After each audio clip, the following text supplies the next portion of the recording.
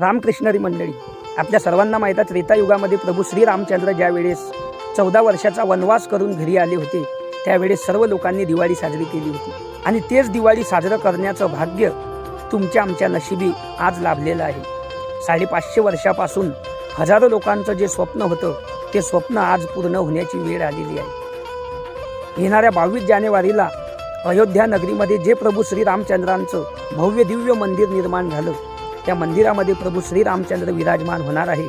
आणि म्हणून सर्व हिंदुस्थानामध्ये सर्व राम भक्तांनी आपल्या प्रभू श्रीरामचंद्राचं स्वागत भारत देशात दुसरी दिवाळी म्हणून साजरं करायचं आहे.